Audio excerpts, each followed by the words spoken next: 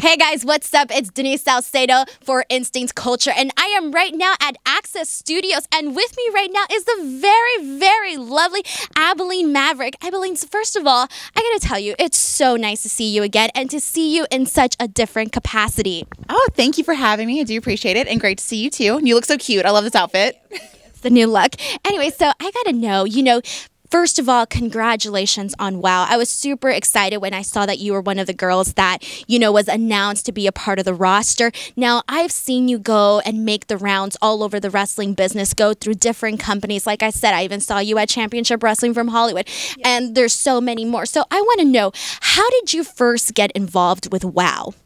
Okay, so this happened about 6 years ago. So I think that's what a lot of people don't realize is that we have been filming for WOW for a really long time. In fact, it didn't used to be based in LA. It used to be out in Vegas. We've moved, kind of moved production over here, thank goodness, because I love it over here at the Velasco Theater. So it worked out. But no, I actually was suggested by some other wrestlers who were like, hey, we really like her. We think she has a good look. Like, let's bring her in. I know. Because not often do the people you compete against suggest you for something. So they brought in me and Candice LeRae as a tag team. I know. No, hardly anyone knows that because it was a one-off thing and then it never happened again. But they brought us in and I guess I did a good enough job. So they kept me around, gave me a job here. Thank God. No, so now I want to know, so what were your thoughts when you first joined WOW? As a female wrestler, as a woman, to see something like this come about, you were able to see it from, like you said, these earlier phases until now. So what was kind of some changes and what you originally thought about the product? Okay, so first off, whenever I started in wrestling, this was, it's 2019. I actually started wrestling and training back in 2009. So this is a decade in the making, and I finally am on TV. I'm just I've been waiting 10 years for this, working, not waiting. I wasn't waiting. I've been working for 10 years to get to this. And it has changed so much, it's ridiculous. Before, women had to basically beg for a spot on a show. You had to beg to be valet, to have a 5-minute match, literally anything, and you weren't taken seriously. You weren't paid hardly anything, or you weren't paid at all, which is crazy. So you had to have one or two other jobs, and then you were a wrestler on top of that. It was your weekend, gig, because no one took it seriously. And so whenever I walked into the WOW locker room, they had on set, they had makeup, they had hair, they had catering. We have insurance. They actually take care of us if we get injured. And they literally treated us like queens, and they still do. And that's the thing too, is it wasn't they were trying to lure us in with all these pretty bright lights, and they're oh, you'll have this and that, and it's gonna be so great. No, they actually are very consistent with it, and they treat us and this probably sounds weird, but they treat us like employees. They treat us like we are meant to be there. You know what I mean? And that's really exciting because I feel like men have always been treated that way, whereas women have been kind of treated oh, that's so-and-so's girlfriend, or oh, that's just so-and-so, we can replace her. And not with WOW. WOW, they're no, we're going to develop your story. We're going to develop your character. We're going to have, it's a whole other level. It's so cool. I love it. And I like that you said that they treat you like employees, because amongst the wrestling world, that's a big conversation where even the guys have said oh, I wish we had this, we had benefits, or we were at least treated with some respect. Like a movie star, we are on TV, we are celebrities, so why aren't we getting the same treatment? So imagine if the men are saying this, how the women must have felt, Exactly. Yes, I know. It literally is night and day, and I think it's kind of funny and ironic because I know that these interviews are going to get out and the guys are going to be so where's our makeup team, or whatever. So I think it's funny that it's taken an all-females company to change the landscape of the men. You know what I mean? And because it's always been the other way around. It's always been, we're following the leader with the men. And now we're starting to set this precedence and this standard for other wrestling companies because they're going to start hearing these things. They're going to start realizing, oh, if I go there, I'll be treated better. So step it up, people. Also, the announcement of WOW premiering on AXS TV sort of came about during the time when so so much stuff was happening in women's wrestling, like so much. You know, you were seeing Tessa Blanchard go all over the place. So, you know, you were seeing all the stuff that WWE was doing. There's so much. So I almost feel like this was the perfect timing. So now for you, I want to know how you felt when you first found out that WOW was going to be on AXS, considering, you know, everybody knows that it's like super hard for wrestling to get on TV, and for an all-women's promotion to get this opportunity. I want to know what your thoughts were. So first off, it's almost like you don't believe it, you know, because it had been said before, like I heard it verbally, but whenever David sent me the email and the contract and everything, and I saw it in ink, you know, whenever you see something in writing, it's completely different than whenever you hear something. And you know this in the wrestling world, everybody says like, oh, this is going to happen, this is going to happen. But until you actually see the full fruition of it happening on paper, it's like it's not real. You know what I mean? And I was actually driving somewhere with my spouse, with Preston, and I broke down in tears. I mean, like, I literally, like, because I was trying to read it to him. I was trying to read him what the contract said, and I couldn't stop crying. Like, I was, like, uncontrollable, because he knows, and everyone in my family knows how hard I've worked to get to this spot. You know what I mean? And I've had literally every door you can imagine shutting in your face, I've had it shut twice, you know? So, like, I just, it was at least you went the second time. Right? Might have been a little dumb for that, but that's okay. I don't like to take no for an answer. So I was very adamant about, you know, something working. And then I really sunk my teeth into WOW. You know, whenever I got that opportunity and they were like, okay, here's the ball, what can you do with it? I took off. I was like, I'm going to sprint with this. I'm going to swim with it. It's going to go everywhere with me.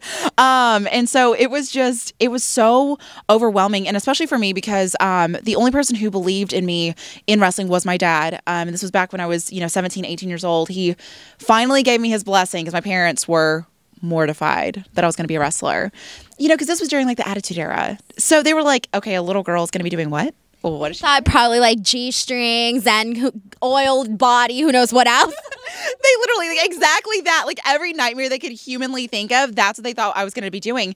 And my dad finally, like, once I kind of opened his eyes to, like, the athleticism of it, you know, and I was trying to, like, coax them, you know, I was like, oh, it's fine. This is fine. Everything's fine. And he finally gave me his blessing. He was like, you know what? I'm 52 years old. I never traveled the world. I really want to see the world. And he was like, listen, I'll come with you. He was like, become this famous wrestler, get on TV. You're going to travel the world. I'm going to come with you. And then unexpectedly, a few weeks later, he passed away. And so I'm a huge believer, though, that everything happens for a reason. It doesn't matter how detrimental it is, how sad it is, how bad it is. There is something you can pull out of it, some kind of positivity. And I use that because, you know, he literally said, I'm only 52 and I didn't do this and I regret it. And I was like, you know what? This just shows that life is too short. You literally have no idea when your last day is going to be. You don't know how much time you have. So I'm going to go full force into this, and I'm going to be on TV, and I'm going to travel the world. And it's funny because I ended up traveling the world before I even got on TV.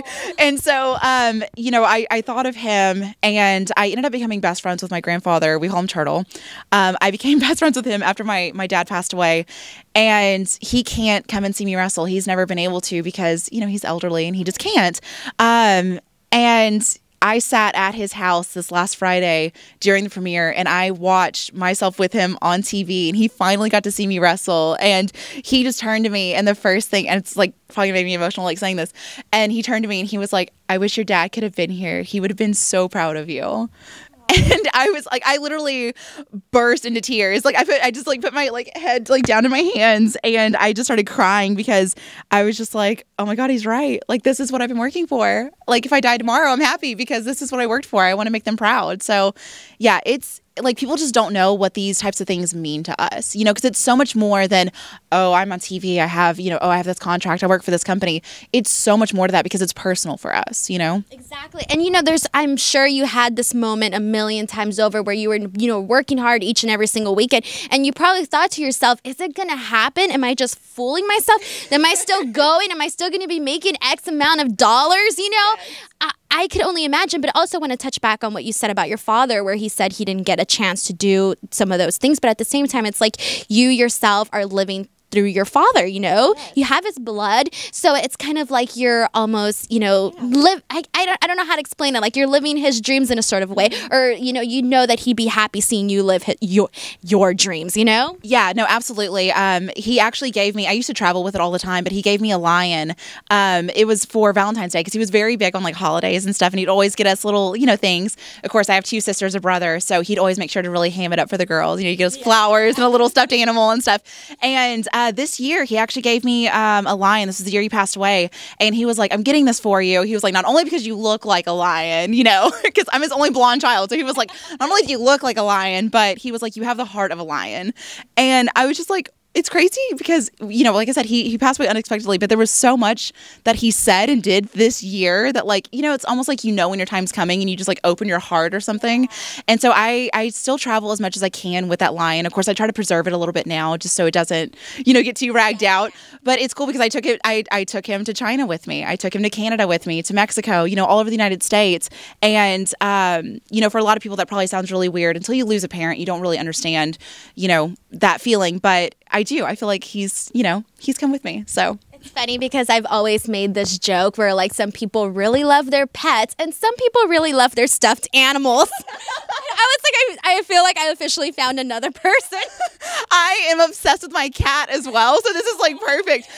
Oh my gosh, I did an interview with AfterBuzz TV like last week or the week before, and they did the rapid fire questions, and she goes, "What is your favorite thing about yourself?" And my answer was my cat. You're like, well, I guess he's somewhat yourself. Yeah, I was like, she's my child, so I guess that's what we're going with. I was like, yeah, my cat. That's awesome. So now I got to talk to you, obviously, about the premiere. First and foremost, I was at the tapings, and I thought the electricity inside the Belasco Theater was absolutely awesome. I loved the production of it, and I was able to see part of the show. And I saw your match with Fire, and I got to ask you, that match was really hot in terms of, you know, obviously people, you know, they really hated you on screen, and they really liked her, and that's exactly what you want. So now I want to know what your thoughts were in terms of your experience doing the tapings and in terms of your match as well.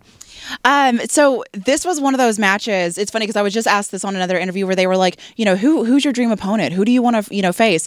And Fire is the perfect example of why I never choose somebody, because I never know the type of chemistry I'm going to have with somebody, or in this case, you know, the you know, competition aspect of it, where it's like, it's very split, where people were just like loving and cheering for her. They were booing the crap out of me. They hated me. I like, every time I got hit in the face, I swear that's like the loudest I've ever heard people scream in their life. I was like, geez, thanks. I know. I'm like dying, and they're like, this is great. This is really good. We're so happy she's dying. And so that's like the perfect example for me, is that match with Fire, because it was so good. Like, I even watched it, and I actually have a video. I did a video, and I'll probably post it later on, where I taped myself watching my match, because I was like, I want to see how I react to watching myself on TV. And man, I'm over there like, I'm like biting my nails, and I'm like squirming watching it, because I get anxious too. And I was watching, and I was like, this is really, like, we had such good back and forth, and it was like so much fun. So to me, I just want everybody to watch it, because it's so electric. I think that was like the best word you could have used for it, honestly. No, honestly, yes. And I saw like a lot of the people that were talking about it, they were talking about your match in particularly. So I was like, woo, way to go, girl. That's awesome, you know? So now I also got to ask you, obviously your character, the governor's daughter. I know that they said that a lot of the characters on WoW sort of represent the person, who they are, you know, off TV. So I kind of want to know a little bit about the development of the governor's daughter and how that came about, and how you personally, you know, wanted to bring that character out. Okay, so for this one in particular, I started out as like the farmer's daughter. That was kind of like the notion, because it was actually a tribute to a character on Glow.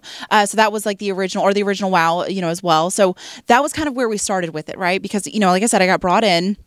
It was, I think, kind of meant to be like a one-off type thing. They kind of just needed a tag team to, you know, have the All-American Girls beat. And it was something that, yes, I did grow up primarily in the country and on a farm. I'm very familiar with, you know, oil, with cattle, with, you know, horses and things like this. And I was actually a ranch hand as a job for the first part of me wrestling.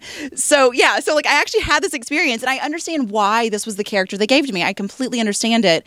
But as the character started developing, and I realized that I was going to be like living into this character and staying with it, I kind of, you know, asked them, I was like, hey, can I kind of tweak this a little bit to be more like me? Because I'm a lot more eloquent with my speaking than I think the farmer's daughter sounds like. You know what I mean? Because like in a lot of ways, when you hear that, you kind of think like more backwoodsy, maybe a little more hillbilly. And there's nothing wrong with that, but that is just not the way I feel comfortable speaking or presenting myself. And I also don't really have that deep of a Texas accent. So sorry, Nana. Sorry. I mean, if I'm around my Nana, then, oh my God, it comes out. It's atrocious. And because it just like comes out of nowhere and you're like, oh, what is that?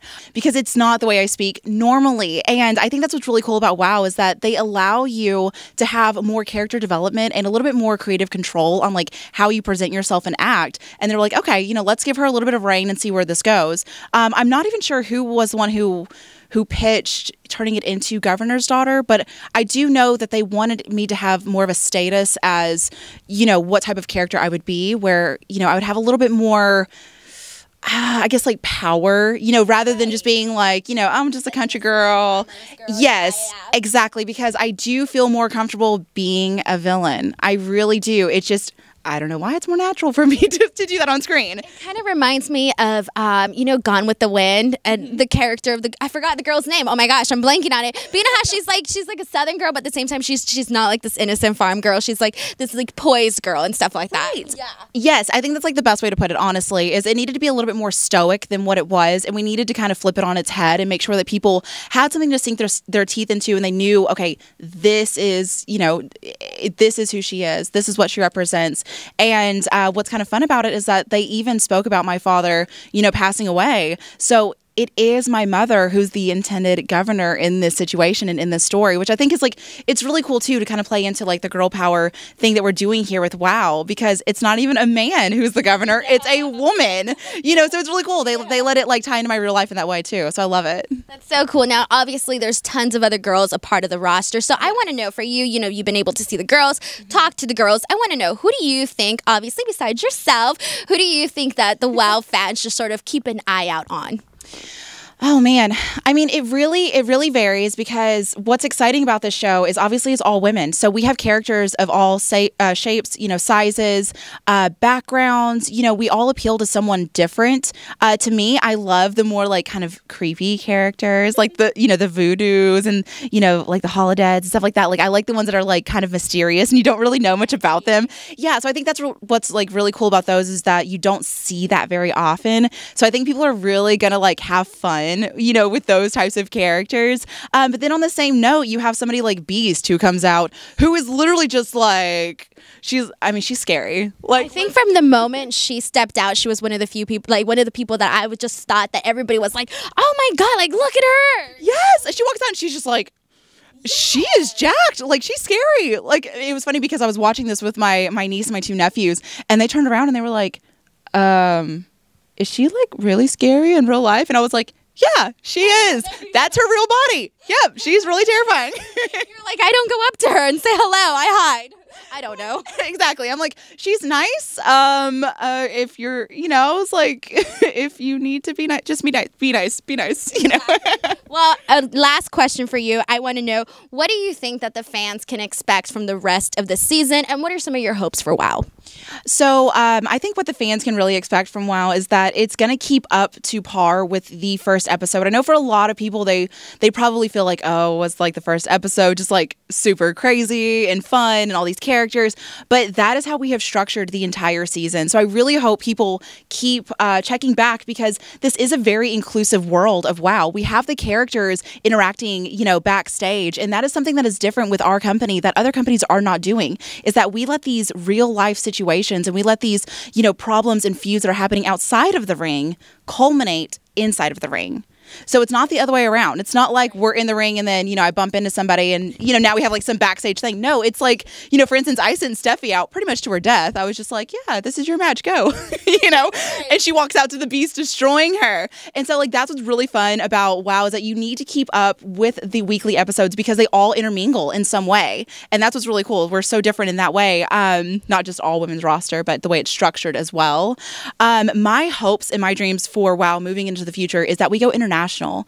And I think that the market internationally is just going to like eat us up. They're going to love it because, you know, this is definitely something they're not seeing. You know, it's obviously it's something new for America, but America is, you know, there's a lot going on here. We have, you know, every bit of, entertainment. They want different stuff. We want different stuff. Yes, exactly. We're like begging for it. Whereas like, I feel like when you go international, a lot of people are just like appreciative, you know, of it. Like they really like get into it and they become like these like cult like followings, and that's so great. Like those are the types of fans you want, the ones that are just like, we're gonna ride and die with you, we love everything, you know, like they you know, they'll go to bat for you. Those are the type of fans I think we need. And then also there are a lot of fans who cannot come out to LA. I mean, there's a lot of people who are like, oh, I really want to see this live, because anyone that's seen wrestling or any sport live, obviously it's completely different from when you see it on TV. So a lot of people want to see it live. So I think that a tour should definitely be in our future, because a lot of people would love to see us up close and personal, you know, and see this production and see everything, even if it's just, you know, house show and we just go on the road, just something so people can really, really like feel, because you were there, you understand. Exactly. Yes, you get it. It's a completely different world. No, I totally agree with you, and that's actually one of the questions I was going to ask David. So we'll find out later, I guess. I'm like pitching it for you. She like slipped me a paper. I love that. Thank you so much for talking with me today. I am super excited to continue watching WOW and to continue seeing the girls do so much more and continue the evolution of women's wrestling. Abilene, thank you so much. Guys, please give this video a thumbs up. Don't forget to subscribe to the channel. And in the comments below, let me know what you guys thought about this interview and what you guys have been thinking about WOW. And in the description box, you will find all the links to follow Abilene on social media. Until next time, we'll see you guys later. Bye.